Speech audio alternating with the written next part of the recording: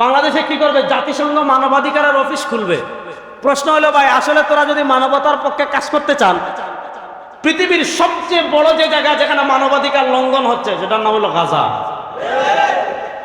গাজা পৃথিবীর নিকৃষ্ট সন্ত্রাসী রাষ্ট্র ইসরায়েল প্রত্যেকদিন মানবাধিকার লঙ্ঘন করছে। তো তোদের যদি মানবাধিকারের এত দয়া থাকে, তোদের যদি মানবাধিকারের এত মায়া থাকে, তাহলে গাজায় কেন মানবাধিকারের অফিস চালু করেন না? মানবাধিকার নিয়ে যদি এত চুলকানি থাকে, রাফায় কেন যান না? ইয়ামানে কেন যান না? লেবাননে কেন যান না? সিরিয়ায় কেন যান না? আগে আফগানিস্তানে গেলেন না কেন? ইরাকে গেলেন না কেন? বুঝা গেল আসলে তারা মানবাধিকার চায় না, মানবাধিকারের নামে পশ্চিমা বিকৃত এজেন্ডা আমাদের দেশে বাস্তবায়ন করতে চায়। মানবাধিকারের অফিস কেন খুলতে চায় বাংলাদেশে জানেন? মানবাধিকারের অফিস খুলতে চায় পশ্চিমা এজেন্ডা। মনে করেন ঢাকায় জাতিসংঘের মানবাধিকারের অফিস হয়েছে, এখন দেখা যাচ্ছে বাংলাদেশে কেউ যদি সমকামী হতে চায়, এদেশের 92% মানুষ এটা মানবে না। এখন যদি জাতিসংঘের মানবাধিকারের অফিস থাকে, তাহলে মানবাধিকার বলবে এটা তার মানবাধিকার, খবরদার বাধা দিতে পারবেন না। রাষ্ট্রকে চাপ দিবে, যদি মানবাধিকারে বাধা দেন শান্তি বাহিনী নিয়ে আসবে। কেউ যদি LGBT হতে চায়, তাকে বাধা দেওয়া যাবে না, শান্তি বাহিনী নিয়ে আসবে। তারপরে আপনার কেউ যদি ধর্ম নিয়ে কটূক্তি করে, ইসলামকে নিয়ে কটূক্তি করে, তাকে বাধা দেওয়া যাবে না, এটা তার মানবাধিকার। বাস, জাতিসংঘের অফিস থাকবে, এরা রাষ্ট্রকে চাপ দিবে, যদি আপনি মানবাধিকার লঙ্ঘন করেন জাতিসংঘের আইন অনুযায়ী আপনার বিরুদ্ধে ব্যবস্থা নেওয়া হবে। অর্থাৎ আমাদের বাংলাদেশের স্বাধীনতা, আমাদের বাংলাদেশের মানচিত্রের বিরোধী এই চূড়ান্ত ষড়যন্ত্র করার জন্য ঢাকায় মানবাধিকার কার্যালয়ে খোলার সিদ্ধান্ত অন্তর্বর্তীকালীন সরকারকে দিয়েছে।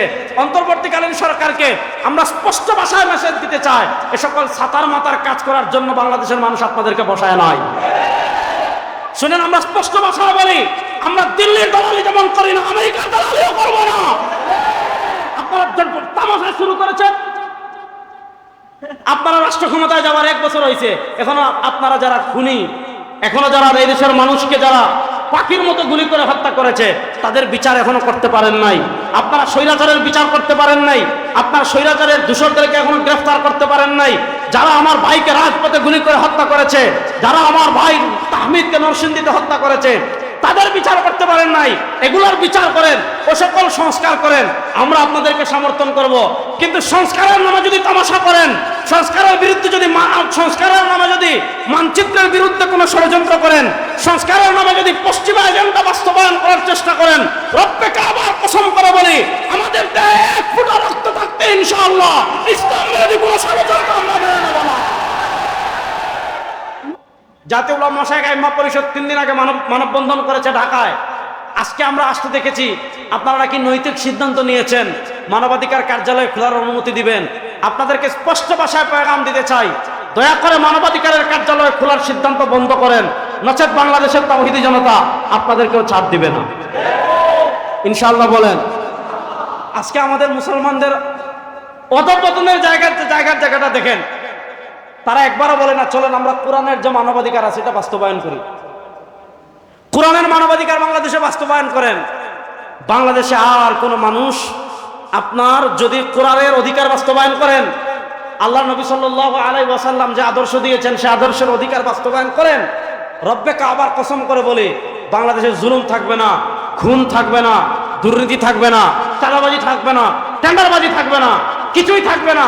এরা ইউরোপের মানবাধিকারের কথা বলে, আফ্রিকার মানবাধিকারের কথা বলে, আমেরিকার মানবাধিকারের কথা বলে, রাশিয়ার মানবাধিকারের কথা বলে, কোরআনের মানবাধিকারের কথা কেন বলে না? হাদিসের মানবাধিকারের কথা কেন বলে না? কারণ তারা জানে কোরআনের এটা প্রতিষ্ঠা হয়ে গেলে আর বড় বড় বোতল খেতে পারবে না। কোরআন প্রতিষ্ঠা হয়ে গেলে আর দুর্নীতি করতে পারবে না। কোরআন প্রতিষ্ঠা হয়ে গেলে আর চাঁদাবাজি করতে পারবে না। কোরআন প্রতিষ্ঠা হয়ে গেলে আর টেন্ডারবাজি করতে পারবে না।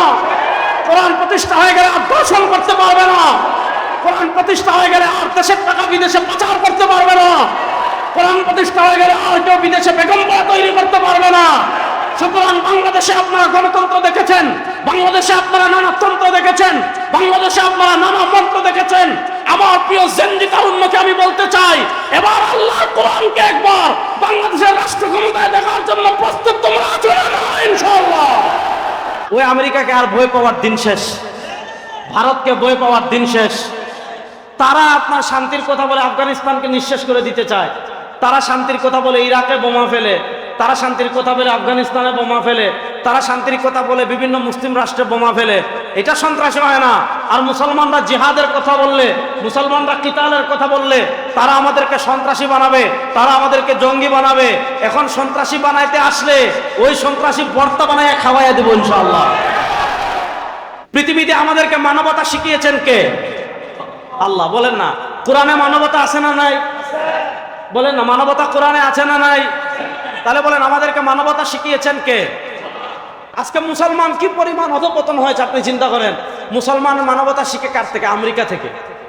অথচ আমেরিকা হলো পৃথিবীর মোস্ট ওয়ান্টেড শয়তান, আমেরিকা হলো পৃথিবীর মোস্ট ওয়ান্টেড টেররিস্ট, সন্ত্রাসী রাষ্ট্র।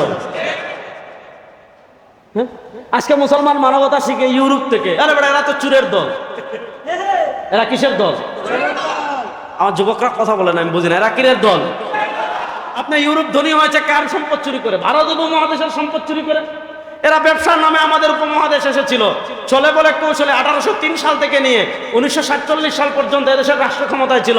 আমাদের টাকা চুরি করে, আমাদের স্বর্ণ চুরি করে, আমাদের সম্পত্তি চুরি করে যারা ধনী হয়েছে তাদের থেকে আমাদের মানবতা শেখার দরকার আছে।